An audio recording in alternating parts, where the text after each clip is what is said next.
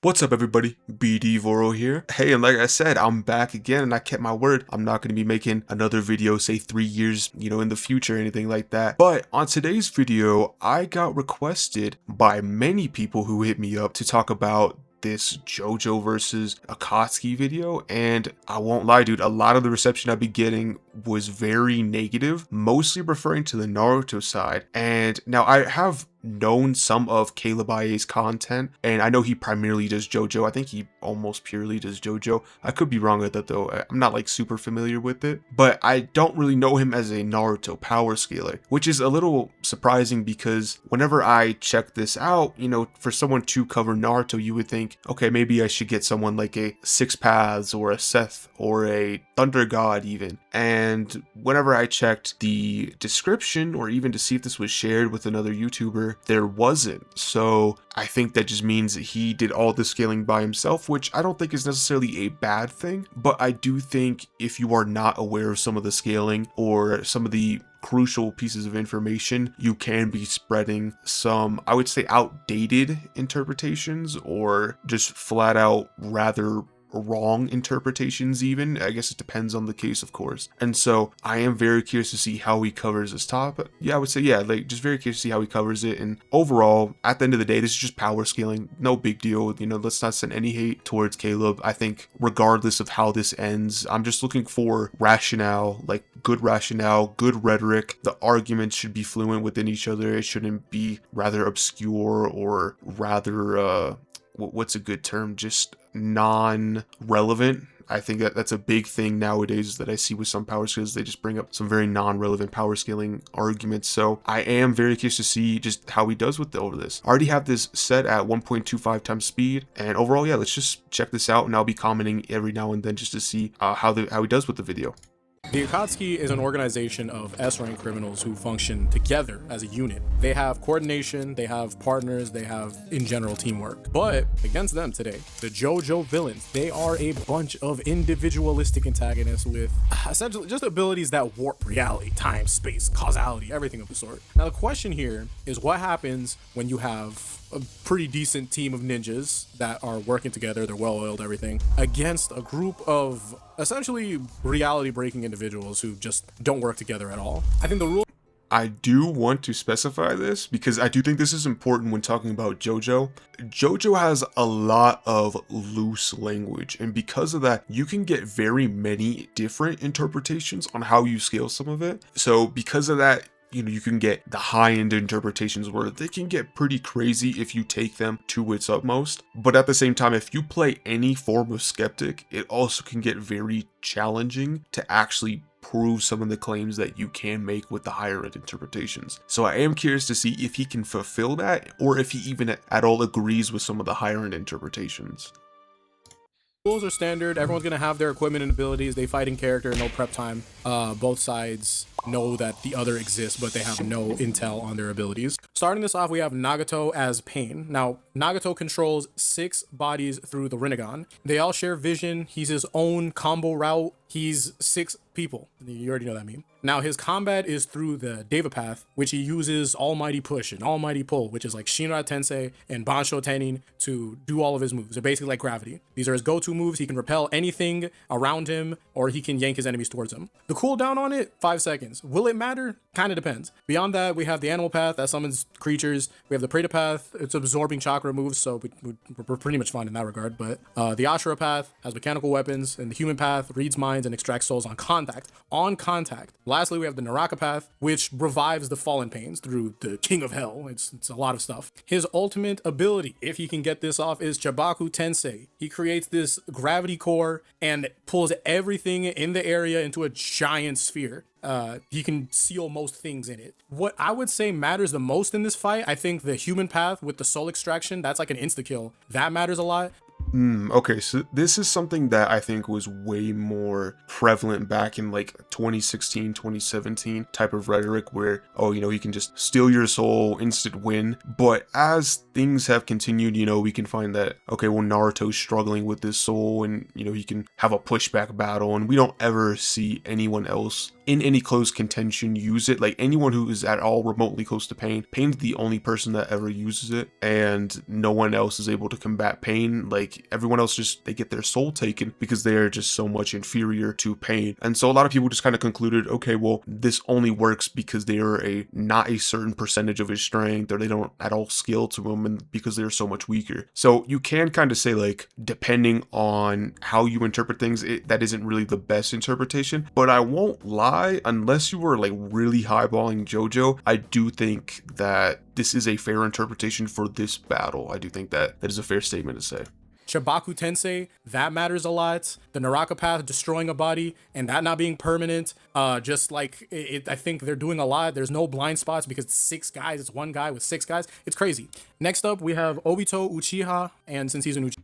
Okay, so he went over Pain really quick. I thought he was going to go over some scaling for Pain, but I guess he might go over some scaling later. Either way, I would just say that's like a really standard analysis of some of his abilities. He didn't really talk about how the Animal Path also provides an extra set of eyes where they, of course, share link vision. He can also fly. There is some extra mobility and extra vision that he can apply to it, as well as the invisible chameleon. I do think that also can be underrated for this battle. Yeah, other than that, though, I'd say it's standard. It's not like anything super crazy. Was expecting some scaling here though, but I'm sure he does it a little bit later.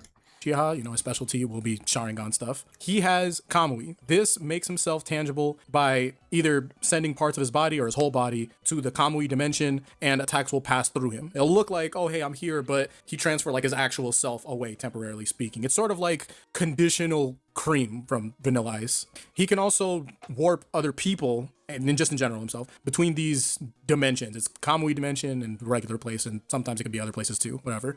His combat is mainly phasing through these attacks. I think it hasn't been something else for a while. He uses wood release from Hashirama cells, which is like, oh, okay, I'm a wood guy. They can be sharp wood, hardwood, whatever the heck. And his base Sharingan in general allows him to copy techniques, but this is for Naruto stuff specifically.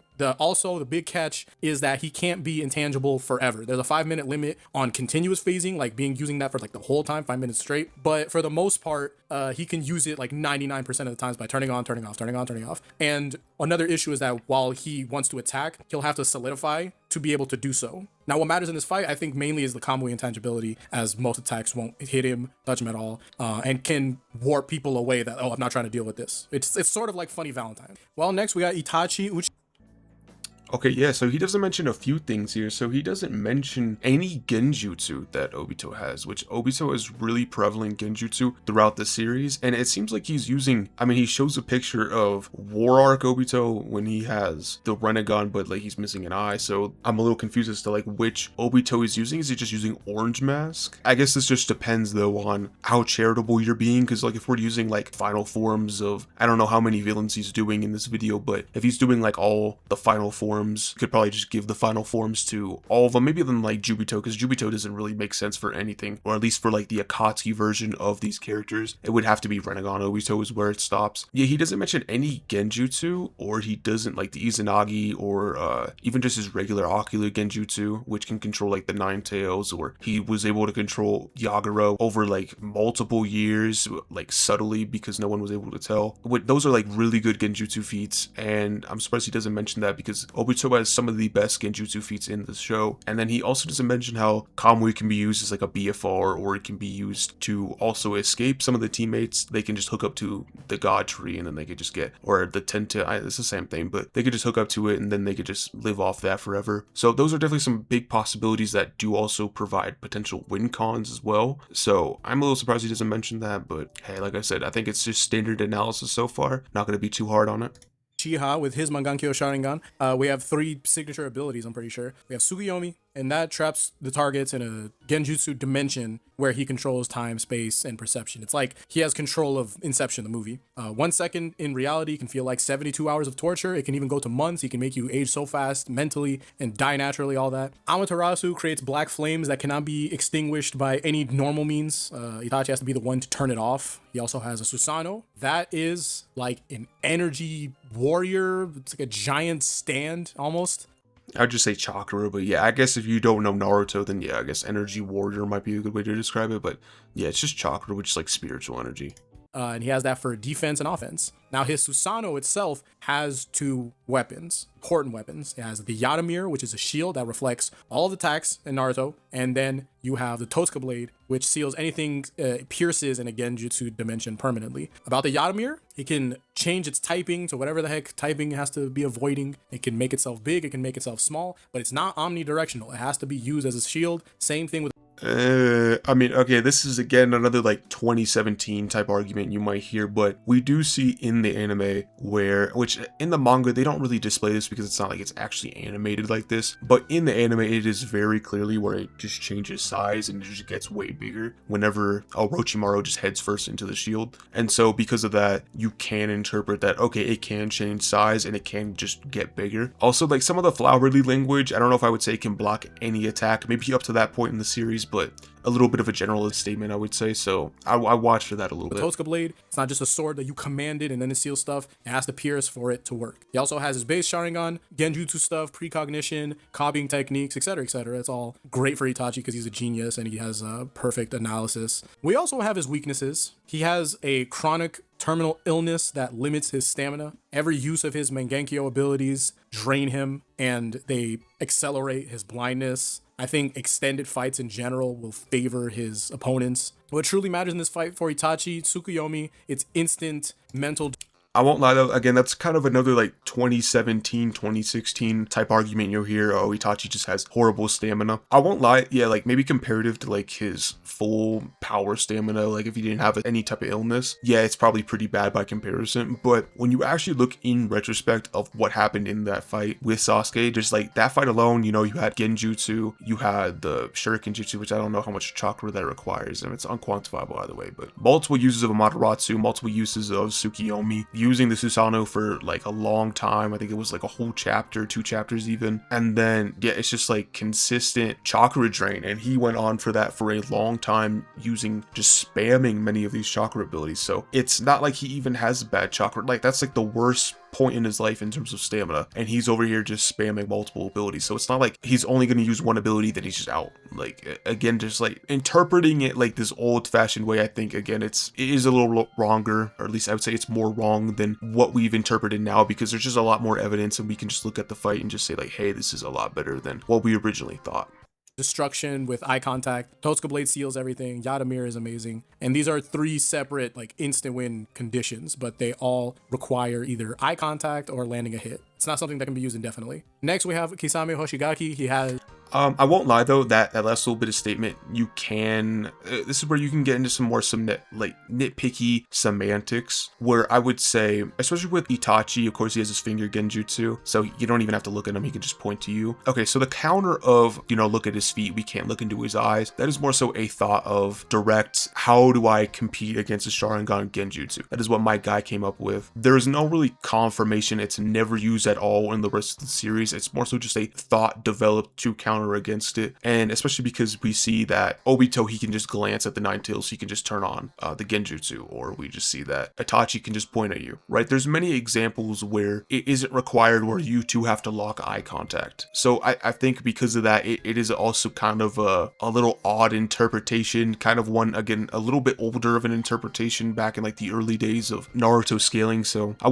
don't entirely agree with that. Some of the largest chakra reserves, comparable to a tailed beast on his own. He has Samehada. It's a living weapon that shaves, not cutting or piercing and all that, but I think you can't do it if he hits you hard enough. He can fuse the Samehada to become this shark-human hybrid, which I'm surprised that he's not already, but let's get that out the way. It's not important. Primary combat, he has water-style stuff. He creates water, a whole bunch of water. He has water prison, water shark bomb jutsu. He does all types of water things. The thing that I would say makes Kisame the most not important, but just like a huge focus is his water dome, where he can create a giant sphere of water that takes up such an extremely large battlefield. He fills it like as much as like a small, not small ocean, it's like a lake. It's like a huge bubble worth of water and lake and all that. And he has perfect mobility in that water because he's a shark guy. Past that, I don't know. The JoJo characters don't really use chakras, so I think in general he's really cool, but I don't got it. Yeah, that is a good point. Half of Kisame's like abilities, they aren't really going to be that effective because part of it is just draining chakra. Now, maybe if we were to equalize and just say like, okay, well, the spirit energy of both verses are then equated, that then means that, okay, he's just going to drain their spirit energy. But again, that's just very flowery language. I don't really agree with generalizations like that. And even then, I still think like a lot of the characters in JoJo, they operate as just regular humans, just enhanced to some degree. And so they still need oxygen. So yeah, you know, if you give them the lack of oxygen just the form of a water bubble, that's still being effective. And of course, these are still enhanced attacks. So, you know, let's say if you scale Kisame to like Roshi, you know, mountain buster, whatever you want to get him to, you know, that's still like a mountain busting water attack, right? So it's still effective, but again, half of his stuff isn't really effective though. Anything else for him? Next, we have Sasori, who is a puppet master. Now, okay, just a quick thing. Presidents in Naruto usually have to be like strong ass characters. Like they're Hokages, Raikages, Kazekage. They usually have to be strong ass people. So Sasori on his own controls the third Kazekage puppet. Oh boy, okay, so I don't know if he's actually going to go towards like the third Kazekage route and just kind of like really grandstand Sasori here. That'd be really funny if he does, because I wasn't really expecting that for this video. But either way, I've heard arguments for both sides. If you really want to give Sasori the benefit of the doubt, if you haven't, that's been a debate going on for just like eons at this point. One of the oldest Naruto debates ever, but yeah, I was not expecting that. Let's see if he actually does go that route. And he's able to use iron sand abilities through like magnetic manipulation. He can create weapons, shields, projectiles, all of that. And he can also coat it in poison because he's really, really good with poison. He can create poisons that just kill you to death. It's strong. It's like his most... So here's the interesting thing, and I don't know if he's about to address this, but there is the possibility where Stance can actually counter this. Now, it depends on a few things, and I'm primarily basing this off the part 3 stuff where we see Star Platinum. He was able to enter, because of course he's his own stand, he was able to enter Jotaro's body and he was able to pump his heart. Now, I don't know if he can specifically like take things out or anything like that. Maybe he can like suck the poison out or something. I'm not sure. If there's almost no evidence to even conclude that, but I'm saying maybe you can interpret it like that. But again, it is a little bit of a faulty position because there's just no evidence really supporting that. The better argument might be they both can just shrink their stands and then they can just enter your ear or whatever, and then they can just get the poison out that way. That's maybe a better argument, but you kind of run into the same issue of, though, it's like that ability was never introduced ever for the rest of that part, and it's kind of like, you know, is that even like a real ability? Did they backpedal on that? Right, but maybe you can argue this. I won't lie, but I don't know if he is going to argue this or not, but I did want to throw that out as a possibility. Important thing, surprisingly. We also have his 100 puppets. It's like Red's secret technique, 100 puppets, whatever. He has 100 puppets. Each one of them is an op that he's killed and turned into a puppet. They have all types of abilities, weapons, everything. They also all have poison. You can't get cut. You will die. That's just with a single scratch. If you for real get hit, you're dead. What matters in this fight, bro? It's 100 puppets. It's 100 puppets and they all got poison. The poison kill you. You can't touch the poison. I think that's pretty straightforward. You can also like mess up Sasori's body, but if you're not hitting his weakness specifically, like in his heart, a lot of that won't matter because it's just like, oh, this is a wood, bro. I can just, there's other wood out there. Next we have Kakuzu. Kakuzu is like, yeah, I would say standard. Again, he's not really scaling, so it's not the biggest deal. There isn't a ton to Sasori's kit, but I do think he can be interesting in some of these matchups. All right, let's see what he says about Kakuzu. A really strong zombie who has the hearts of the benders from Avatar, and he just has 5 in total. And it's just like, okay, if I lose my fire heart, I'll go find another one, you know, or just like, hey, like I'm just trying to stack it up. Like he loves variety, and if he loses one, he can get another by killing a person and taking their heart. That's basically it. He's also lived a long time. Like he's a zombie kind of guy. He's lived a long time. He has a lot of battle prowess. He survived fighting the first Hokage, which is like a top 5 character in Naruto to Naruto Shippuden. I think that's about it. I'm not gonna lie. That seems like a pretty straightforward explanation of what Kakuzu does. Deidara has yeah, Kakuzu's pretty straightforward. I won't lie. It's not very the most interesting, but yeah, I would say yeah, pretty spot on.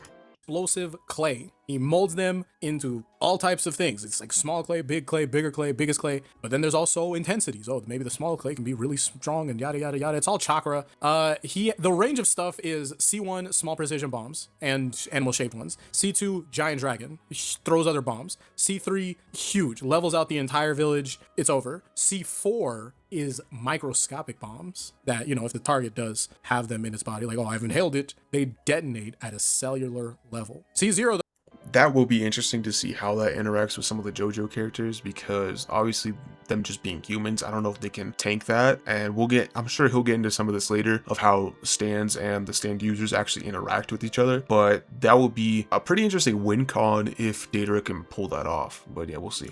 So that's a suicide technique. And he has to turn himself into a bomb with like 10-kilometer range. He flies on his clay birds and dragon and all that. He has consistent aerial advantage. He has scouting claim because they can kind of act on their own in a way. It works. And what matters in the fight, I think mainly it's that he can just fly and just keep himself away from things. I think that's like very advantageous for the Akatsuki against these JoJo characters. Conan transforms her body into paper. She can become all types of paper weapons, has paper clones, flies with paper wings, paper shuriken, can just suffocate you with so much paper. I don't want to talk about her prep. She had this moment where she had hella prep and she almost smoked Obito. I'm giving her full credit on that because she was strong as heck for that. It did take a bit though. What matters in the fight, without prep time, I don't know, just throwing paper stuff, flies, reconnaissance. She doesn't really have insta-kill options, but I think that she's in general an extremely smart character. Lastly, we have Hidan. This guy, I don't know, man. He can't die from regular stuff. Nothing really kills him. He feels the pain, but he just survives regardless. He has a blood ritual. He has to draw your blood, ingest it, then draw a circle, and he's like, oh, I'm a voodoo doll. That's if he can get blood, to be fair. And I just don't think Hidan is really that much of a factor. I don't think he's getting the opportunity for it. If someone else is doing it, then it can get to him. And I think the Akatsuki do have pretty good teamwork, but for the most part, I think they're not going to prioritize Hidan. They didn't prioritize him even in the show. So yeah, I think that's fair. When I actually think about it, there is 2 immortals, actually not 3 immortals for how many vampires are there? I mean, there's Cars, and then the 3 immortals of Dio, what's his name, Vanilla Ice, and then there's another one that I'm forgetting his name, and then Cars. So yeah, there's 4 immortals in terms of like being physically immortal, that is. So yeah, and like it just wouldn't really like, oh wow, you're gonna like get his longest where he can just regen, like, it's just not really that effective. I don't know. Zetsu, I'm just throwing Zetsu out the window. This guy's an up. All right. I think we covered. Okay, I absolutely don't agree with that. Zetsu, okay, here's the thing about White Zetsu. So White Zetsu is able to like take over Yamato and turn him into Guru Guru Zetsu. Guru Guru Zetsu is able to like just destroy the Shinobi Alliance and then equal Hiruzen. Hiruzen, you can get him to like above all the Kages. You can get him like above Tobi Brahma if you wanted. I mean, I don't agree with the Hashirama stuff, but if you really want, you can get them above Hashirama, etc., etc. You can go down that line. But yeah, so you can get them to some pretty high levels, to some serious war arc threats just off that alone. And so that is pretty crazy, let alone just like the half of Kaguya, essentially. So Zetsu is definitely like a massive powerhouse, even if he doesn't like deliberately show it in that form. Pretty much everything. So in a head-to-head speed versus speed, yeah, okay, so this is one of the screenshots I was sent, was this Might Guy segment in particular. So now I'm assuming he doesn't outright say this, I don't believe, at least I was told he didn't outright say this, but he's talking about or at least we assume he's talking about the warping space feat. So here's the thing about warping space. Warping space has almost nothing to do with in terms of like how fast you're moving. There is zero correlation when it comes to this. Yeah, you can move so fast that it can warp space, but warping space is a byproduct of space breaking because of some form of action, right? But just because space breaks, that doesn't mean you're of a certain level. Just because space isn't like this universal concept of I move my hand so fast space broke, that means I'm like universal or anything like that, or I'm moving so fast that space broke, I'm now like 30 billion times FTO. Now there's no correlation with it. All that happens is just like the action occurred that it broke space. That's literally all it is. It's just, or it warps space to some degree. Alright, so post-production Voro here, and I wanted to re-explain this just a little bit, because while that explanation isn't entirely wrong, it's a little too vague to where some people might be left with questions. But warping space is just the act where a dense enough object or force creates such an extreme gravity that it starts to alter space via bending, twisting, or stretching. Examples of this in real life are celestial bodies such as Earth, where because of its mass, it then alters the space around it. This has nothing to do with speed, and there can be instances in fiction where you are moving so fast that it alters the space around you, or even time around you, such as immeasurable speed feats like going backwards or forwards in time, where both space and time are being warped so heavily that it's progressing forward or backwards in time. However, we can rather clearly see in this Maigai that he's only altering or warping space on this infinitesimally small level and is by no means shaping the entire world or time by moving. So it's not like you can just backscale off immeasurable speed and get Might Guy to a certain tier of speed. All this feat is that Guy's surrounding chakra has become so dense that small parts of space are being warped or altered. But anyways guys, hopefully this explanation provides a bit more clarity on what I was trying to say. Say that, oh, this one My Guy feat is like the best speed feat pre-Boruto is pretty crazy. When we get into like other Naruto stuff, so a lot of this just scales to FTL, so you can get characters to like the Raikage. Example, you can get to like Kisame, who scales to Killer Bee who's equal to the Raikage, which is he's then stated in the data book to be as fast as light or close to fast as light, however you want to interpret that. Then you get someone like Itachi on like his deathbed is able to react to Kirin, which is stated to be faster than light. And so, you know, then Itachi, when you get him at much stronger, he's then much faster than light, and then he can then scale to KCM Naruto. KCM Naruto is above the Raikage when he's going all out. If you include Sasuke into this, because Sasuke is a part of the Akatsuki, I know he did it, but again, it's just the Akatsuki. Sasuke was a part of the Akatsuki, so he does count as a member. You can get him directly to the Raikage as well. He's out there outscaling the Raikage. The Konin, you can get to like Jiraiya. She's reacting to Jiraiya, and then Jiraiya would scale. He's stated to be equal to Orochimaru, and then you can get Orochimaru at least equal to Hiruzen in their battle. Hiruzen was stated to be the strongest Kage at the time, so because of that, you can get him above the Raikage. You can then get a Noki equivalent, or maybe potentially even better than the Raikage, and then you have someone like Deidara who's able to battle against him competitively. Even though he was stated to be a little scared, but there is some reaction feats in there at least. So there are a lot of characters that just scale faster than light to whatever degree is kind of up in the air. There isn't a set level. It isn't like, oh, he's 5 times faster than, you know, the Raikage, therefore, you know, right? Like there's nothing stated like that. And the same thing applies with JoJo's. With JoJo, it's kind of like you have the Paul and the Ref feat where, you know, he's able to intercept the light ray, and, you know, you can get him faster than light, and then, you know, he takes off his speed, or he takes off all his gear, and then he gets faster. And then you have like Jotaro, who then scales above Paul and the Ref, right? You can all get him to either Jotaro or Paul and the Ref on some level between parts 3 and 6. Parts 1 and 2, they don't catch that cliff. This was pre any stand stuff, so a lot of that they don't get. A lot of them don't even have speed feats either, so it gets pretty, like, some of it maybe you can get to like lightning timing, but that's just not at all the same level as like light speed. And then whenever you get to like part 7 and all the way up to 9, or at least like last when I read 9, there wasn't any like feats that could get you to like light level. But yeah, like in part 7 they're all getting to like bullet level, and then part 8 virtually has like no speed feats. I mean, like, yeah, maybe you can like just interpret like off the piggyback of part 7 you can get even higher, but yeah, it's just part 9 doesn't really have any speed feats right now either. So it's just kind of like anything from parts 1 and 2 to 7 to 9, it's really bad. It's just a bunch of stuff from parts 3 through 6. Even then there's still kind of a cliff, because like if we talk about like Kira, for example, Kira gets like he gets blitzed by Jotaro, who's in like a very weakened state. So it's not even like Kira fully scales to the full speed of Jotaro. I'm sure you can still get him to like faster than light, because, you know, Jotaro's still above Paul the Ref or anything like that. But either way, it's not like JoJo's is just like this, like, what did he say, like everyone's under him but just still FTL plus. Again, this is kind of like where we get into like semantics versus battle wiki tier. It's just kind of like you're either faster than light, which just means anything vaguely above faster than light from, you know, 1.0001 repeating zeros, however you want to get into it, to like pre-infinite speed. That's all fast and light is. It's just anything above light speed. So everything's just kind of vaguely above fast and light. Maybe you can give this slight edge to Naruto. It's not the biggest deal, however, though, I won't lie.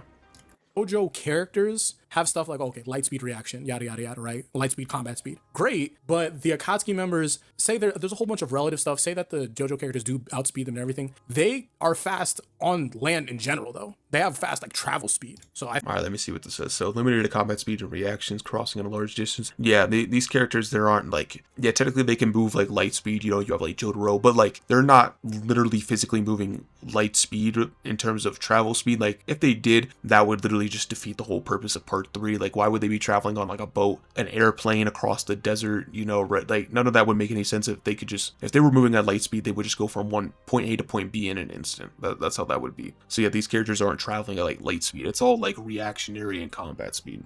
Then for Naruto, he just says relativistic mainly in combat and reaction speed, but way faster travel speeds compared to JoJo character. Is he saying that like in comparison to JoJo? So he's like, well, I think that's fair if you say like Naruto's like just similar levels of speed in terms of combat. I think that's fair, yeah. I think that they have enough to like keep away from them and play the long range game in general, and they also have the artillery for it. So in the speed category, yeah, true, maybe stuff is different when they're hella close, but maybe they don't really have to be that close. I should mention too, if we are including like higher end and Obito, so if we're getting into like Renegon Obito, we're then getting into like KCM Master Naruto, like KCM 2. And when we start getting into this tier, it's just like he's just greatly outscaling like the Biju, and he's able to dozens of times just power up the Shinobi Alliance. Because of that, you're then starting to get into like characters who are like dozens and dozens and dozens of times just FTL, and then Obito is able to combat against this Naruto, and then you have if you include like EMS Sasuke even, or even like a higher end Itachi, and then like that's really how you're getting into like similar tiers as well. And whenever we just start getting into that tier of speed, it just becomes way too much for JoJo. But again, he doesn't really specify, and I don't even know if you would include EMS Sasuke. Maybe you technically could, because like as soon as he wakes up, I guess still a part of the Akatsuki. It isn't really until he interacts with Itachi, so if you really wanted, you could include him. But it's mostly like 5 Kage Summit or Taka, but I mean most people would do 5 Kage Summit though. So yeah, I would say if you definitely include those higher tiers of speed, it gets even worse for them. For durability, you can't hit the stands. That's just a note for... Okay, wait, what? Wait, okay, so stands cannot be hit by anything besides another stand. That is false. So all it is a stand is just an extension of the user. So there is an interesting statement where in the very beginning of part 3, it says something like, it's your own life force. It's not even your own spirit. So you can interpret it that way, that it is a lot more of a physical matter rather than an actual spiritual matter. And if you do interpret it like that, it becomes even worse for JoJo. But let's just do like the bare minimum. Let's just say it's like their actual spirit. I think that's a fair conclusion anyways. Though again, you could argue that JoJo contradicts that. But again, let's just say for the sake of conversation, it's just their spirit. Again, it's just a spirit versus spirit. It's not, there is nothing at all to say like, oh hey, you need to have a stand to fight another stand. That there's nothing at all that says that. Maybe within its own verse, but all it is just an extension of the user in the form of spirit. Like that's all it is. The stand will try their best to protect the user. Yeah, so they have a relationship with each other, in case you aren't aware with JoJo's, which I'm sure most people are that are watching this, but JoJo stands and stand users, they're connected because if you, I would say at least this is most of the time, there are of course some differences where like you could argue Wonder Review or Notorious B.I.G. like they act on their own, they or Anubis, they are independent of a stand user. But for the most cases, stands and stand users, they are intertwined to where if you damage the stand or stand user, the other is damaged. We see like Jotaro, whenever he attacks like sheer heart attack, his hand starts to bleed, like his actual physical hand, because the stand Star Platinum just took too much damage to the hand. We see many, like we see Dio's entire stand blow up. Like there's just many examples of that. What does he say for Naruto? He says Naruto characters, even top tiers for the most part, don't have physical attack strength to destroy these top tiers. No, but like their jutsu scale to it, so like it just wouldn't even matter. Like so you have characters like they all scale to like the Biju, and so the Biju are able to like destroy mountains, and then like I guess we might as well just get into this. So like JoJo characters, they're like what is it, like Koichi? Like I get, yeah, like Jotaro was injured during this time, but Koichi, he's like freaking out over like a little bomb that can't even destroy like this house. He's freaking out over that because they're not really that durable. You have like Paul in the ref, he's having like a complete panic attack over like a 3-story fall. Then you have like the bulldozer, like, you know, they think bulldozers are just gonna like destroy each other. Like it's just very lower tier AP and durability. Like just JoJo just doesn't have that. They mostly just have hacks, and again, it's just not really like that type of verse. Whereas Naruto, you have Pain, who's able to tank like the Six Tails Naruto, and like the Six Tails repels him, and then immediately afterwards he drops like a Biju bomb, in which, like, you know, the Six Tails of Naruto, you know, you can say he scales to the other Biju and the other Biju forms, which are able to destroy mountains. And so he then just drops a Biju bomb, which is like a massive Biju bomb, which is way above whatever Koichi is freaking out in like part 4 about. And then you also have something like, you know, Mai, who's considered one of the weaker Kage. and then she's able to tank Madara just having one of his Susanos just slap her around. And then you have something more like Kisame tanking. So like Guy's able to like shake this like big island-sized turtle with the Hiradora just based off the shockwaves alone, let alone like, you know, the full root attack of it. And so he's able to tank the full thing. It's just way superior just of what JoJo has. There was literally nothing JoJo characters are doing or even scaling to AP durability wise. They are getting one shot. Like this is, I guess for like equivalent sake, it's like, to be generous, it's 10 to the 2 for like a building, I think roughly, in terms of like tons of TNT versus what Naruto characters are doing, where it's like this mountain level, island level, which you're more so getting in the realm of like 10 to the 8 or 9 if I'm not mistaken. That's literally just millions of times stronger. They literally are millions of times stronger. So it's not even comparable just to what they're doing in terms of level. I guess something else you could also bring up is like Kakuzu. He's able to tank Yagura's Biju bomb. That's really anime filled though, so I don't know if you would even count that to begin with, but that is another argument you can make. But either way, you get the point. It's just not at all comparable scaling. All parties involved. The JoJo characters, they don't have a chakra system that isn't related to that, so I think that's out the window too. That is definitely true. They don't have chakra systems, but like that isn't entirely relevant because we know that like okay, I guess it depends on what he's specifically claiming. If he's claiming in general, then yeah, that isn't at all true, because that it wouldn't be relevant for this, because you can have like genjutsus which inject them with chakra. So yeah, they don't have a chakra network, sure, but then they get injected with one to begin with. Of course, that is relevant for this, but yeah, if we're talking about like Kisame absorbing or like the Preta Path absorbing, then yeah, that's not at all like super relevant. I'll agree with that. But after all this, after all the general stuff, now we focus on how does this work against the characters specifically. So the first person who I think probably suffers the most is Dio from Phantom Blood, as he has, he has vampire generation. He has extremely fast combat speed. Yeah, I won't lie, Dio just gets speedless. Like, again, he doesn't have very high, like this version of Dio has very like horrible AP durability. Yeah, maybe you could say, yeah, he's immortal, but then he just gets nuked by the sun. Amaterasu just will keep burning forever. He'll never be able to regenerate. Genjutsu, instant kill. You can do Tosuka Blade, Soul Steel. There's just so many abilities. Kamui, which could just BFR him. Yeah, there's just so many things they can do. Just lack of speed scaling. Again, these characters aren't that fast in part 1, so yeah, horrible. He won't be at all relevant for this. Space Ripper, Stingy Eyes, Flash Freeze, and I think that's it. I think we're done, actually. As he is not someone who is a stand user and he doesn't have like the cool stuff that Cars does, he's probably the weakest in general. There's no time stop. He's not necessarily weak to fire, but he's weak to Hamon. But fire in general, like I think any attack potency that the Akatsuki are capable of for the most part will most likely be able to do the job. But yeah, he also has no stops against Genjutsu or Soul Extraction or Sealing. If I have to pinpoint who in specific he's beating, he's definitely beating Hidan. After that, maybe you could say Hidan, but either way, it's like, maybe it's just because Hidan doesn't have a way to actually like put him down. But either way, he's still like, his side slashes, they're still just going to be like one-shotting. Dio just has this thousands, millions of times weaker. It's just not at all comparable. I think it does largely depend on how exactly is he going about it, because someone who's considered as a jobber like Kakuzu is an extremely strong ninja. Like I think that gets like misconstrued in the power scaling world because Kakuzu isn't. I don't know about that. I think one of the biggest power scaling memes is actually like the raw durability joke, right? The whole Kakuzu versus Pain thing, right? I don't know if that gets misconstrued. Maybe he isn't really familiar with that stuff, but I don't know if I would agree with that.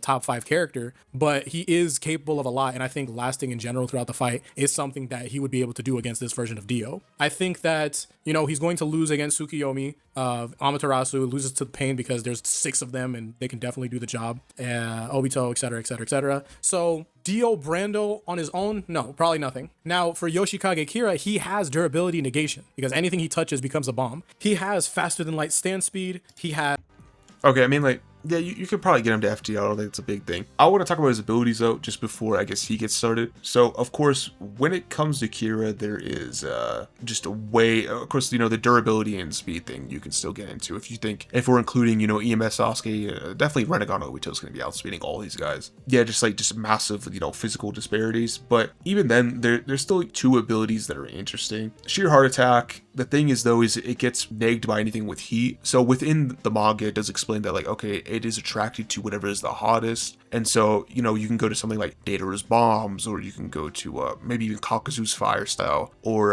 Amaterasu's probably the worst case scenario. Either way, it's going to be attracted to that, and it's just going to get off. It's not at all relevant. Amaterasu absolutely nags this. Like, yeah, it can't quote unquote be destroyed, but it can be continuously destroyed over and over. So it's not at all like that relevant of a deal.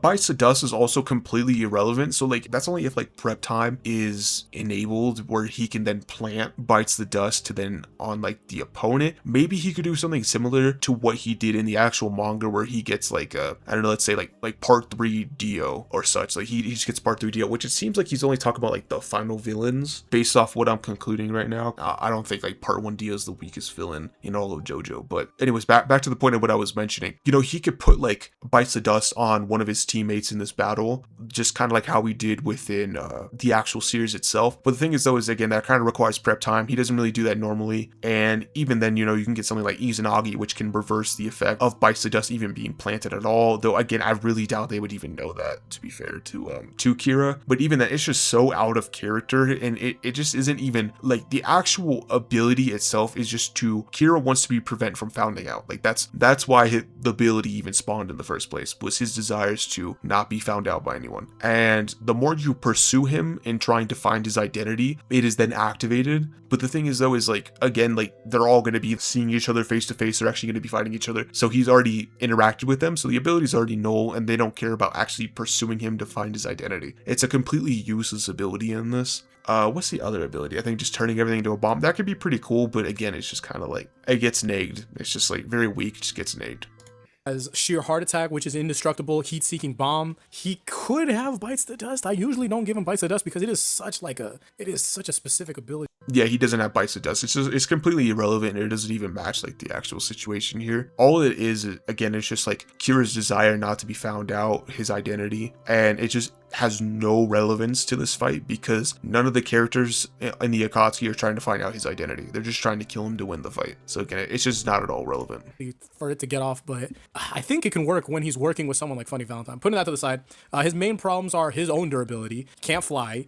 He has limited range, as his stand is a close combat stance. Well, if we consider sheer heart attack, that's different, but for the most part, yeah, it's kind of messed up. And he should, as an individual, lose to most of the people, like, oh, losing to Datara because Datara can just stay in the sky and drop bombs on him, perfectly fine. You have someone like Sasori, where, heck, Killer Queen can probably blow up a whole bunch of the puppets and stuff, but there is no heat, and for the most part, Iron Sand style, like that, could just drop a huge block on him, and he wouldn't really be able to do much about it. Like, getting away from it is one thing, but like, I don't know, it's just so much to take. Yeah, I agree with Kay right here. There's just really nothing that Killer Queen has in the arsenal that's relevant to this. The physical disparity is already like so prevalent, and when the hacks just don't make up for it, it's just kind of an irrelevant stand for this battle. It just gets one shot, and then yeah, not at all really a compelling stand for this fight on at once. But I think someone like Kakuzu, he could actually get it over him just off the weight of Kakuzu not expecting something, right? Because sheer heart attack, blow him up, perfectly fine. I think beating out Hidan, perfectly fine. And neither of them can really block anything, like the durability is negated. And I think it does depend against Konan, because Konan has the advantage in the sky. But if there was ever a time that people do get close to Kira Yoshikage, then yeah, I would say it's a lot different. Next in the fight, we have Diavolo, who has King Crimson and his Epitaph. So he has 10 seconds of precognition, and he can time skip to erase the cause and never get to the effect. And he's intangible throughout this. He's extremely fast. He's extremely strong. He's still a human. Yeah, all that I wouldn't agree with. Like, the stat is still massive disparity. He's still like getting, you know, blown away by these characters that are like building level, which is just not at all relevant. And then what, like, yeah, he might get even speed blitz. Like, maybe you can get Diavolo to like Bruno, so you know he outspeed Bruno, he outspeed Polnareff even then. You could say it's like an older Polnareff. Does he even really scale to like his prime version that, you know, is cutting light? It's a little debatable. I don't think it's like super relevant for this, but if you really wanted to be a skeptic, you could do that. But either way, it's just not really like, it's the same situation. Yeah, he has 10 seconds that he can skip forward, which can potentially give him like a one-off, like where maybe an Amaterasu gets aimed at him, he skips 10 seconds to where the Amaterasu avoids him. Yeah, you know, that's pretty cool, but other than that, it's just irrelevant. A bomb blows him up, a puppet kills him, you know, Kisame puts him in a water bubble jutsu, right? It's just not relevant. Another jobber, basically. He just has a cool ability. That's basically it. Still not as durable as the Naruto characters. He isn't able to attack during the time skip, just like how Obito has it with Kamui. But I would say that he's more. I wouldn't agree with that. So like he can, but okay, so he sets it up and then he starts to attack. So quite a bit of this we get to see when it comes to the GER stuff, but GER reverses it while he's in time skip, so it overrides the time skip within itself while he's in that plane. So you can still argue that yeah, he can attack, but again, it's not the biggest deal either way. He still gets jobbed off. More inclined to have something against the other characters compared to someone like Kira and Dio Brando, because say that they're at like a normal range, I think Diavolo has the ability to just skip, skip, skip, and put himself in the best possible situation. The issue is matchup wise, who is he going against, right? So I think he'll lose to Deidara because flight, loses to Kisame because if Kisame knows that like, oh man, the guy he hit me and like it was actually pretty like strong, because this is what the idea of like, oh, let's say that their physical strength and stuff is relative, but it's not exactly, not at all, no, because Naruto characters do get crazy strong in terms of attack potency, but you know, like just setting the scene, Kisame's like, oh, okay, no, well, you know, I'm gonna bubble the whole area. What are you gonna be able to do about that? Probably nothing, you know. He could drown like any other human. We also have Itachi. Itachi is. They both have precognition in a sense. King Crimson's is better, but it's Itachi, you know, and a glimpse of his eye. I wouldn't even say it's better necessarily. It's just a different form of, it's not even like precog. It's just knowing the events that happen 10 seconds in the future. That's really all it is. And he could just skip to it. I mean, yeah, it's precog in the sense that like he's aware of what is going to happen. But part of precog is actually being able to react to it. That is more so what the Sharingan provides. So it's just not really the same. And I would say definitely Itachi's is better. But either way, it doesn't matter. King Crimson's still getting negged. Sets it off immediately and it would mess it up. But I do think he could predict that. The issue is like, okay, so I know he's going to use his eyes, but like, what's the move after that? Like, can I hit him? And yeah, maybe in the time skip, he'd be able to get close enough to hit him, but on the fly reaction stuff, I'm not sure. I think that, let's say that Itachi isn't that fast, like Itachi's not light speed or anything like that, then I think King Crimson could get him exactly in that moment. But there's something about Naruto characters that's like, oh yeah, this turn. Here, I'll say this. There's way more definitive evidence for Itachi being light speed than Diavolo, which you kind of have to just backward scale off of like Koichi in like the very beginning of part 5 and just scale to like Gold Experience Requiem, or sorry, just Gold Experience, and then Bruno, and then you scale Bruno to King Crimson Diavolo, or you just assume that Paul in the Ref is the same speed, even though yeah, he's in a wheelchair and apparently weaker, and he just didn't regress at all. But that's basically the two routes you have to go. You either have to go like Koichi, or you have to go like the Paul in the Ref, which even then the Paul in the Ref, you're kind of assuming. I would assume Koichi, he's at least relative, or maybe got stronger. There's nothing to really suggest he got weaker. But yeah, there's just way more evidence for Itachi being light speed than Diavolo. I'll say that. Out this was a substitution, but that is a lot reactions. Like a lot of things are reaction based, and sometimes something is done preemptively, like okay, this is Itachi, but it actually wasn't Itachi off top, it was a clone, and you would have to use your precognition for that. And I think it's a decent fight. I think it's a decent fight as is. Let's obviously people are like, oh my gosh, but it's Itachi, he has a huge freaking sword, you can cut right through it, of course, but the setup towards it, pretty interesting, I'd say. Now Dio Brando, the world version, which is just Dio, this guy would work really well as an anchor to the team, because this is like, I'm talking about the stuff individually speaking, but if they're, I won't lie, it's kind of the same thing. Massive lack of scaling. I mean, yeah, he's kind of immortal, so the damage he takes, but there's still, of course, take his soul, because there's just such a massive disparity in power. Tosca Blade, Amaterasu, insta kills. You could even wait for the sun. Kamui could even just teleport him to the sun. Or sorry, teleport him to somewhere that has like sun rays. Kamui BFR even. There's just so many opportunities that there is just to... Oh, Chibaku Tensei Seal. That's another one I forgot. Yeah, just very easy, like, just ways to just get rid of them. It's just not really relevant. Going about this group by group, even if, you know, like say this Dio isn't like our Dio, let's say Funny Valentine got like a more willing to work with the team Dio, this guy can stop time. Just off of that is great. That's amazing. He can stop time. He has his vampire regeneration, and combined with like, I don't know, people want to say that he has his phantom blood stuff. That's neither here nor there. But I want to say a lot of his matchups would be based entirely on timing. Plus, the duo work, something like Dio and Kira Yoshikage, can instantly turn Kira Yoshikage from someone who's a nobody in this fight into someone who's an immediate somebody, because he is able to negate durability. Because say that Dio wasn't able to... I don't know, they both just get speed bullets, I'm not gonna lie. There's nothing that really says that these two do well. Like, unless we're just really playing like generalistic and equalizing, which like nothing so far has implied it's an equal battle. Nothing was said at the beginning of the video or even up to this point, so it's just kind of like, eh. do so, and it's just like, oh, okay, it can't. He has the facilities to stop time and put Yoshikage in an advantage position where he'll be able to like just wipe someone off the face of the map because he has Killer Queen. That's great. I think someone like Dio can open up so much of what the JoJo villains in general are capable of because he has time stop. I think that something again, like for example, fighting against Itachi, he could just show up, punch a hole right through him, and then go on about his day, you know? And then Itachi would have already been hit, and say that he's not able to.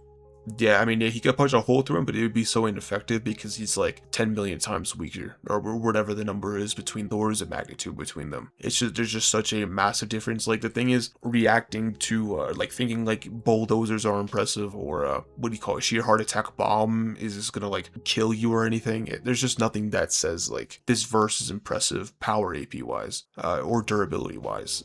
Again, Itachi, he has enough stamina who just like Tosuke Blade him, put him in a Tsukiyomi, kill him. I don't know if he's mentally able to die to where like, you know, like his brain's just killed, kind of like similar to how Izumi was killed, even though the Izumi stuff isn't canon. But for the sake of conversation, like if we say something similar was to happen, I'm not sure that would kill him, but either way you could still, you know, soul remove, which could give him information about Dio, by the way, the first part, Dio and Pucci, if Nagato was able to steal. Or you can, you know, again, Tosuke Blade, Amaterasu would just keep him from regenerating, he'll just be down forever. There's just a lot of ways, there's just nothing that keeps Dio in here. You can put anybody else in a better position than him. He also can outlast a lot of people's chakra reserves and stuff, because like this is Dio who can essentially fly. He doesn't fly. I will agree with that. He does have pretty solid stamina, but again, it's just not really relevant for this. He's gliding because he's kicking off of the ground and stuff. As long as he's able to just keep on stopping time and just getting away from certain positions and stuff, it's great and all.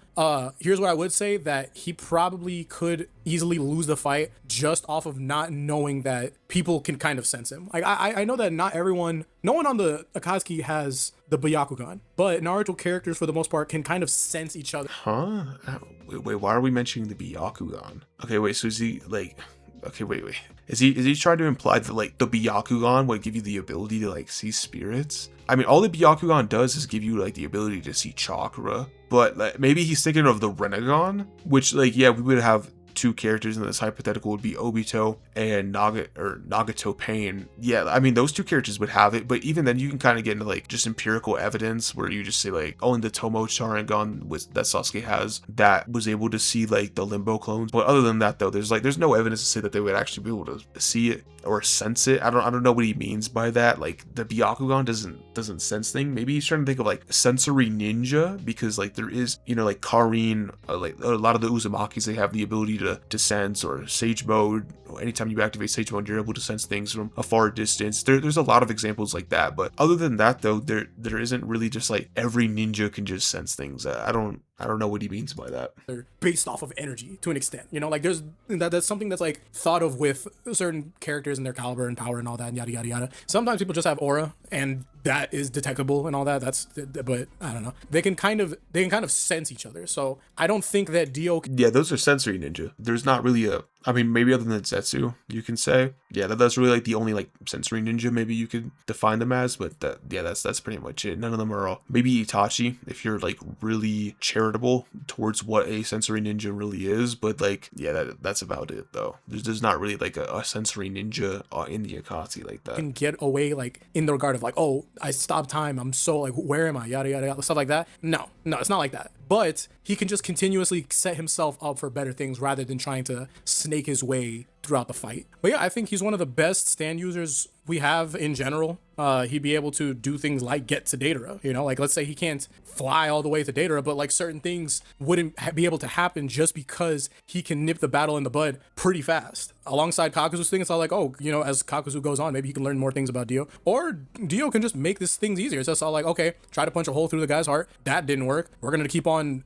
trying to go about this because I'm not running out of energy. I'm just keep on doing it. This guy, he can probably figure me out, but I'm gonna keep on getting away from him. Like it's just, it opens more up for him. I think against Kisame, because we're already throwing like the attack potency stuff out the window, because like I know in general how that talk just becomes fairly annoying for most people. But Okay, I don't really agree with that though. Like, this late into the video, we're throwing out attack potency. I don't know if he's trying to say, like, for this example, let's just say they're relative. Maybe that's what he's trying to say. But if he's trying to say like, okay, attack potency just doesn't matter at all, establishing it at this point in the video, that is a little like, okay, buddy. Like, I wouldn't go down that route. I'll just say that. But let's just say that, yeah, Kisame and Dio, let's say for the sake of the scenario, like they're comparable. I think that if they are comparable and one has the ability to stop time, he can pretty much negate what most things like Kisame has. And even if Kisame was to go about, oh, hey, let me try to do the water dome thing, he can pretty much get like, you just like, oh, okay, I'm gonna just fly away. I'm like, oh, it's showing up on me, stop time, gets further away, stop time, gets further away. And he wouldn't be able to get to it. You know, so I think it's pretty advantageous for Dio against most of them. Now we up to Ultimate Cars, and I'm going off of who has like the best matchup, worst matchup, the best matchup. We have Ultimate Cars. Cars has perfect adaptation to all like. So Cars has like the exact same issues as all the other Immortals. He just gets hit by Amaterasu. He's effective against Totsuka Blade, Soul Steel, Calm Weed. Even worse, I just thought about is like Zetsu could just steal you, inhabit your body. It's like, what are you gonna do about that? It's like Cars just gets inhabited. Of course, Genjutsu. It's just like, yeah, there's just nothing that really Cars has. Just maybe you could say he's physically stronger than a lot of these guys, but again, it's just like there's not like that many like AP durability feats that are getting him to like balance off this like millions of differences between AP durability. So and then he also isn't catching like the FTO. Yeah, like there's nothing really that puts him on the FTO. Be again, you can like lightning timer, but that's about it though. It's not really like, he's not really the most powerful character. He's a lot slower than some of the names we've been mentioning. Like Dio does a lot better, to be honest, than Cars. Physical, natural, biological threats.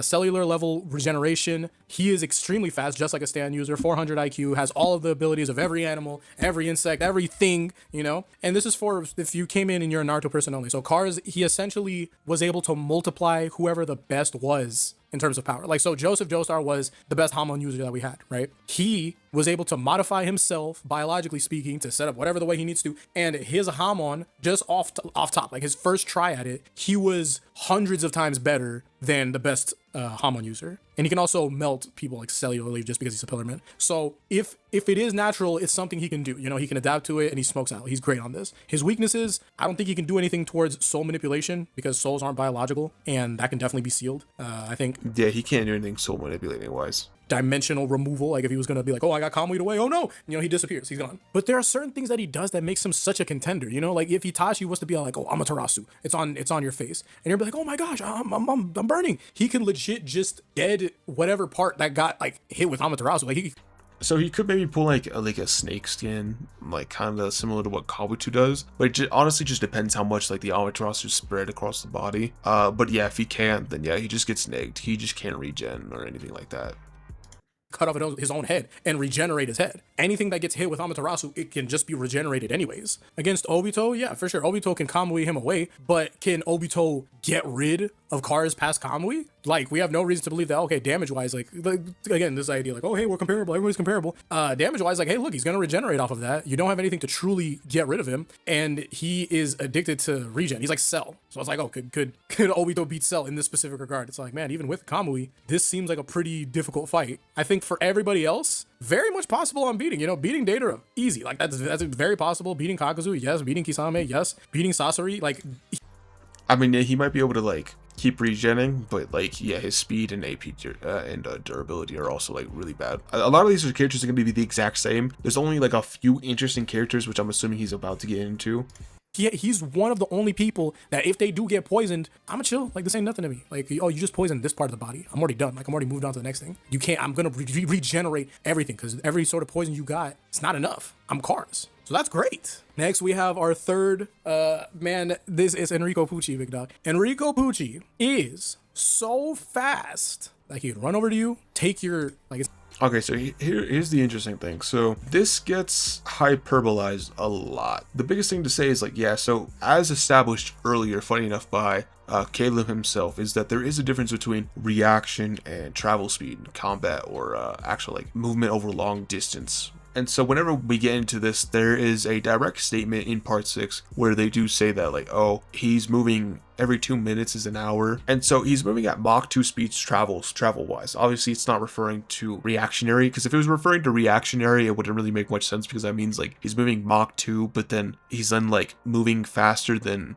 Star Platinum, which is like light speed. There's nothing to say that he got weaker between part 3 to part 6 or anything of the sort. But anyways, you know, he's always moving at like Mach 2. And so in terms of travel speed, that is very abysmal because everyone's reacting. And so whenever you get into characters who are like a Sasuke, Itachi, or Obito, they can just look at you or point at you and they can activate a genjutsu. It's over. And so yeah, like eventually Made in Heaven can wind up into, you know, moving like way faster, potentially up to infinite speed. There is also the potential of maybe arguing inaccessible speed. So if you want to argue inaccessible speed, it's because at the very beginning of when he turns into Made in Heaven, you know, he's able to look at him with his eyes. This is right before he moved into Made in Heaven. This is right when Moon's transforming. You know, we see that Pucci is able to look and move his eyes in stop time. And then we see later on that he's able to actually move in stop time. But the thing that contradicts this is that every other instance when in stop time, he is stopped by time. So it's kind of like the writers bound him by that. Like, I don't know if they originally had different plans for him or whatnot, but he was bound by stop time. I do think it's by consistent showing he isn't like inaccessible speed, but he would get up to infinite speed by the time at the very end he's restarting the universe. I do think restarting the universe is the best win con for them.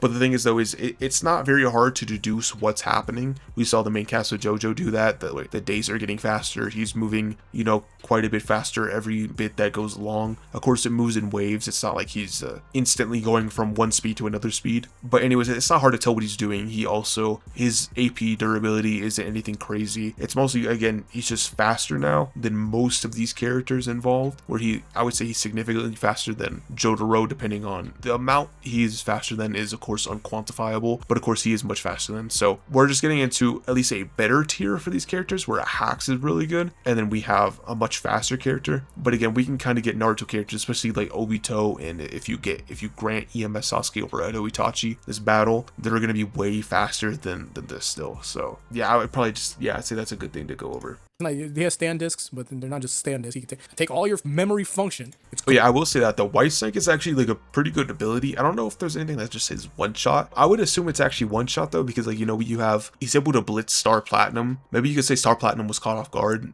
I think that's a good way to say it isn't a one shot. But if you do say he wasn't caught off guard, then I do think that is a pretty good one shot ability you can grant to White Snake. Even then though, it's kind of like, yeah, you have a character who's equivalent to Star Platinum, and then he has a one shot ability. But if he can consistently do that, and it's kind of like all these characters are also around the same tier, if not better, so it's not like it's even like that crazy. Gone. I've run away again. That's probably one of the most broken things that's on here. And how many people he'd be able to just get past them just off of speed. Itachi and Pucci are not linking up eyesight wise. They're not. I mean, they are, because Pucci isn't moving that fast. Like, Mach 2 travel speed is garbage. And it's like, yeah, that's well below, you know, light speed reactionary. All they have to do is point or look at him. In the end, it's not that crazy. We also have Obito. I think truly Obito could react to most things. I just don't think that he's going to be able to Kamui. He's not going to be able to Kamui and Rigo Pucci, because I'm just like, look, man, this is like...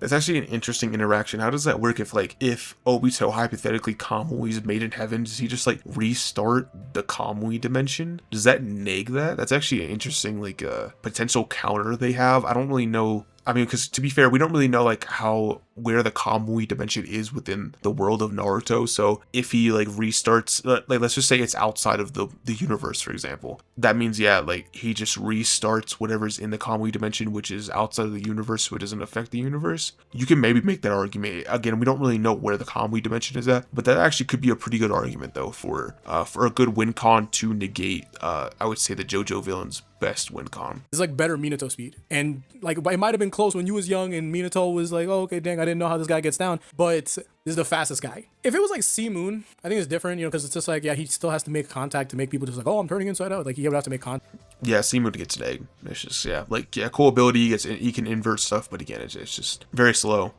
I wouldn't say very slow, but he's like average speed, and then he, again, durability AP stuff. For that, and the distance thing could definitely beat him out, like, because a lot of stuff gravity wise would be flipping around and everything, but certain things would still just be easier. Like Deidara goes from not being able to mess with Pucci because of Made in Heaven to being able to very much being able to mess with him because, like, hey, look, like you're still on the ground and I'm up here.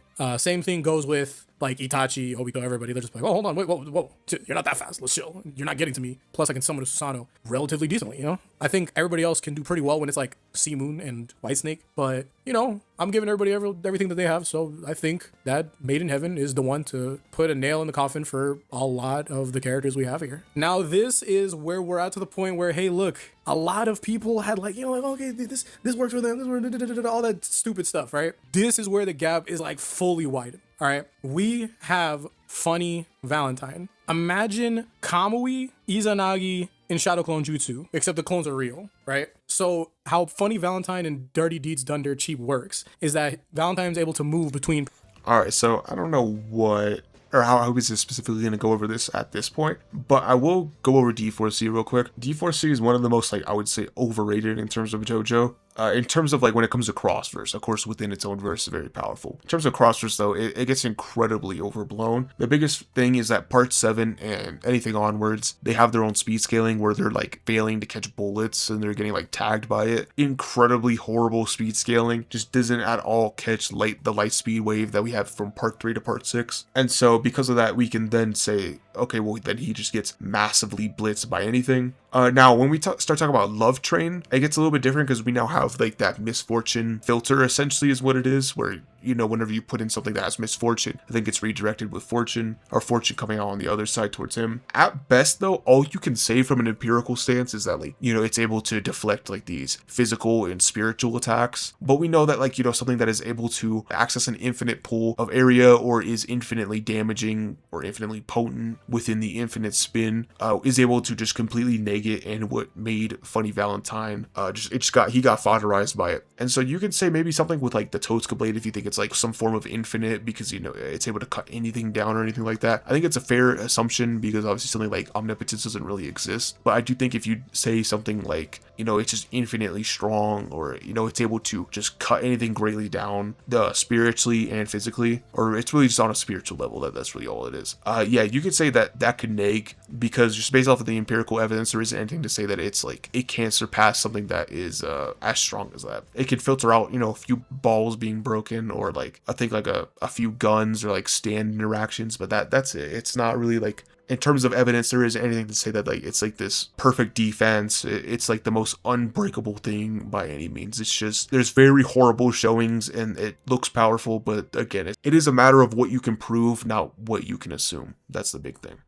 Parallel universes, and all you have to do is be between something, you know, just be between something. This allows him to escape like all the time. He has a lethal touch because if he brings an alternative version of you from another dimension, as soon as you come into contact. Yeah, now this is a cool ability, but the thing is though, again, he is just so slow and his AP durability is so garbage. So if he gets caught with this, it's game over. I will mention that, but I do think hypothetically, if he were to get this off, this is a pretty good win con. I will say that.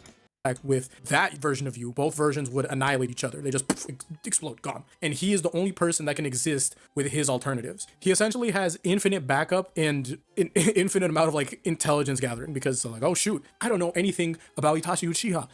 I'll be right back. And then you just come back. Hey, look, I have this guy. His name is Sasuke Uchiha. So this is great. Like, and it can work. But put that to the side. Valentine has a form of D4C where it's a D4C Love Train, and Love Train redirects all misfortune. He still has the dimensional travel and everything like that. He just has this additional, oh, hey, I can redirect misfortune. That is so unfortunate, because I think it basically should beat out pretty much everybody besides Obito 1-to-1. Like, not immediately, because Obito could be like, whoa, he's redirecting that misfortune. I gotta get out of here. And he can calm me away. That's fine. But everything else should redirect. Another thing I realized is you can also get, like, since Zetsu itself isn't really like him merging with you, I don't know if you can really classify that as like misfortune. I guess it just depends. Misfortune is used very negatively. It could also be sometimes translated as unfortunate. So again, like, it's such a broad term that maybe you can include that or not. But if you think that, you know, Zetsu can just hook up with you, yeah, he just turns you into like another, like, you know, Funny Valentine meets Guru, then yeah, it's over. There's nothing that Love Train can do as soon as Zetsu gets you. Other than that though, again, it's kind of like Totsuka Blade, you can argue. And then maybe you could say like Tsukiyomi, because there isn't really anything that says this is affecting any mental level. So you could say Tsukiyomi solos or any type of genjutsu, really. Nothing really demonstrates that there's any, actually I would say even in JoJo in general, they have no mental resistance or any type of like awareness or even encounters against mental hacks. So because of that, there's just a lack of evidence of supporting that what it could do against mental abilities. And so it's just way easier to assume that there isn't than there is. So because of that, you could say Tsukiyomi solos. Redirect. Shinra Tensei would redirect. Chibaku Tensei redirect. Imagine Amaterasu redirecting. Imagine the C4 bombs, all of that stuff that Deidara got. Imagine that redirecting and going all towards the Akatsuki members. That is... I do agree. I do think those abilities wouldn't work just because, you know, those are either physical or spiritual abilities, and we did see at least physical spiritual abilities work on or be redirected. But the thing is, though, Tosuka Blade you can make an argument for, Zetsu you can make an argument for, and the Genjutsu there is absolutely no argument for Funny Valentine taking that. So once again, it's kind of the similar situation. Gets negged by one of the three Uchiha. I would say most of these all get, it's pretty much the three Uchiha show. They pretty much, that's all they need is Sasuke, Obito, and Itachi. The rest they could just be used as backup, to be honest. That's how one side of this is getting. Hilarious. And that's Love Train. This is one guy. Honestly, a lot of the time you can have like just Funny Valentine versus a whole lot of people, and it's the same thing. Like, he's extremely broken, but that was just him. And lastly, we have the new champion of it all, Wonder of You. I can't believe Toru got this far, but Alright, so Wonder of You, this is one of the, I would say this is probably the most interesting, just because there's a lot more, of course, flowery language around it, but this is one of the most interesting in terms of how you can interpret it, because you can give it higher end interpretations. But again, if you do play Skeptic, even if you do play Skeptic, I do think some of the lower interpretations are pretty hard counters. So I'm not going to sure if he's going to mention like the reflection part of it. I'm pretty sure he probably will. Okay, the first thing we have to talk about is the definition of like intent for calamity. So like intent would be like, it's typically defined as like, you know, the negative drive or some form of negative aspect to inflict on the opponent. So if you at all have this negative intent, which does it even...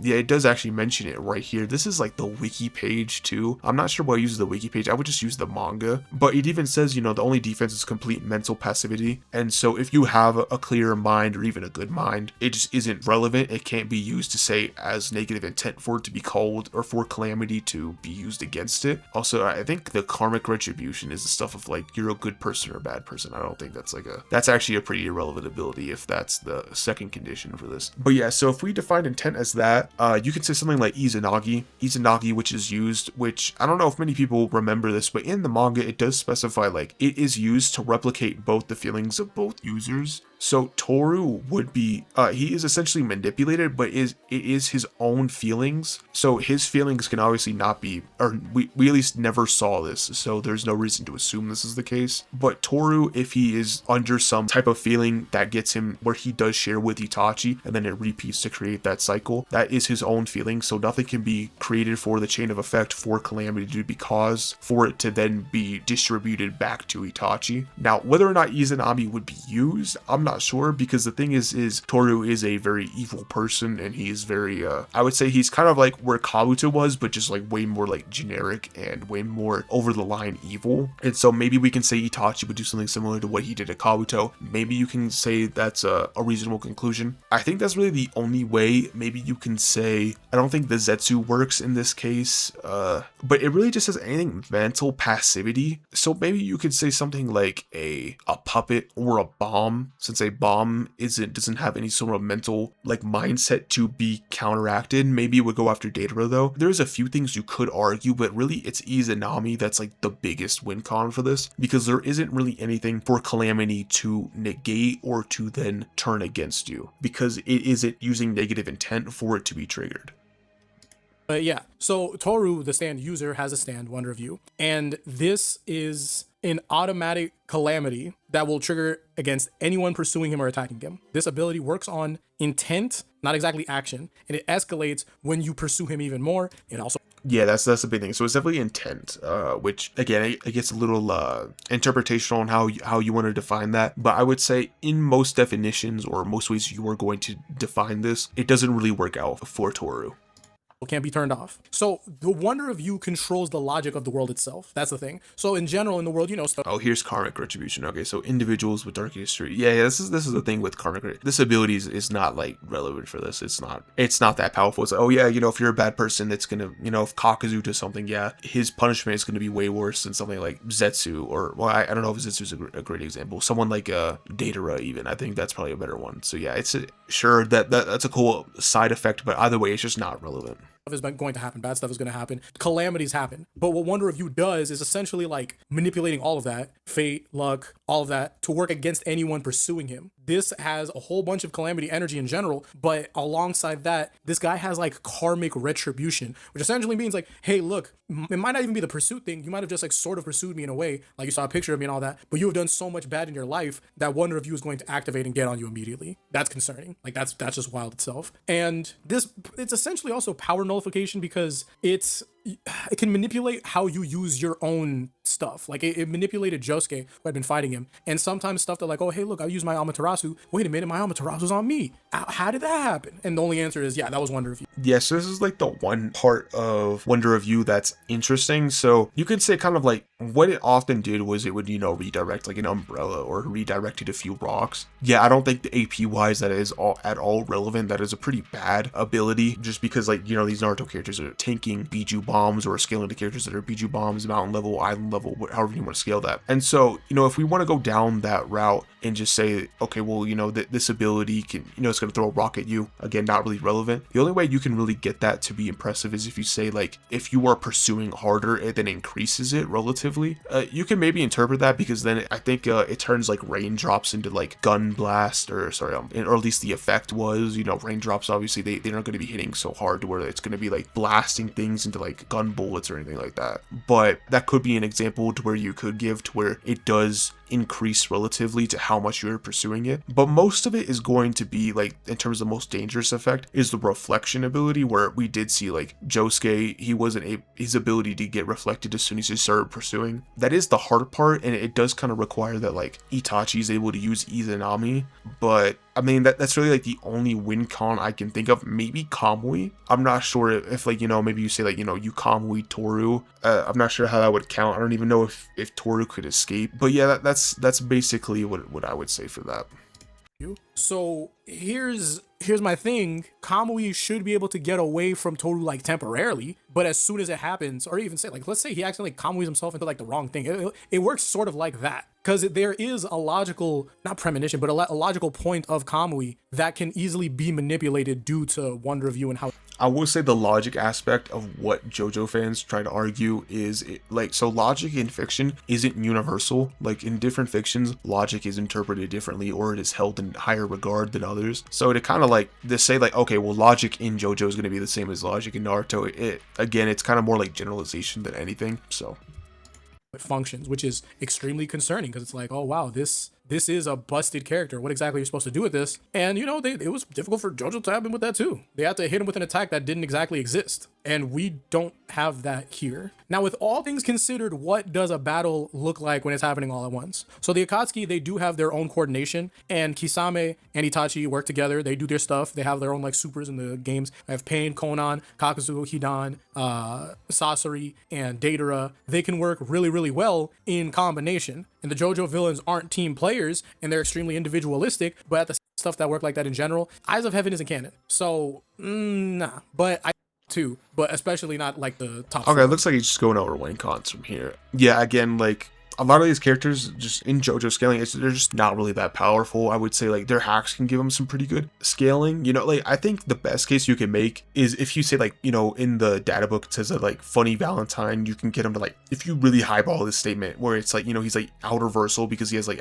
access to infinite dimensions. If you assume all those infinite dimensions are like infinitely transcending, which is again is a pretty big stretch because nothing implies that, but that's really like the best way you get it. And then you say like, okay, the Araki statement that he's stronger in every way than every other villain, so he's also this outer-versal infinite speed, potentially inaccessible speed due to made in heaven. Maybe that's really how you get it, but you really have to wank it and just use like the flowery language just to give it like the best interpretation, which again is a little disingenuous, just given like it's just not like the strongest argument, and there's just so much lack of evidence to actually give it, especially when there's contradicting evidence of just horrible APDC, and the speed scaling. Again, it's just not the greatest, and so because of that, like, this matchup isn't really close. The Akatsuki do body. Maybe some of it, you know, you kind of have to like stretch a little, like, you know, is Itachi going to use Izanami against Wonder Review, right? Like, I really doubt he's going to come to that conclusion immediately, maybe, but again, you know, whether or not he's actually going to get it or not, is he going to use like Amaterasu? Is he going to burn himself immediately? Can the Totsuka blade be reacted to? Because technically that itself doesn't have intent, even though Itachi might have intent. But if he has like passivity with his intent, does that like negate it? Again, maybe you can get into a little bit of that with like the semantics of it, but again, most of these characters get soloed. It's just not very close. The only interesting ones are really D4C and Wonder Review. Even then, I think D4C, he gets hard countered by a few abilities. And then Wonder Review, there's a lot less options, and it's mostly just Itachi stuff, but I would just say it's not really close. But yeah, overall, I would say this was, there were definitely issues, and I definitely think like there was some backtracking with the scaling. I don't know why midway through he did decide, or if he even decided to make it equal stats. I'm not sure if he did or not. I don't know if he just used it for that example, but it sounded like he did want to make it equal stats like midway through, which is very weird. I would just establish that from the beginning, whether it was equal stats or not. And I would say a lot of the information with the Naruto stuff like wasn't the greatest. I think some of the explanations were rather simple and, you know, like basic, which I don't think basic is necessarily a bad thing, but it was rather prevalent whenever there were some outdated material or outdated arguments that is just kind of like, there's much better arguments that support a different interpretation that is much stronger right now. So I would say there definitely was some stuff that could have been better, right? I wouldn't say this is a trash video or anything. I think this was just more of an outdated video that just came out more recently. But yeah, anyways, guys, thank you all for watching. I appreciate anyone that watched all the way through. Again, solid video. I'll have the original video down in the description. And yeah, guys, I'll catch you all later.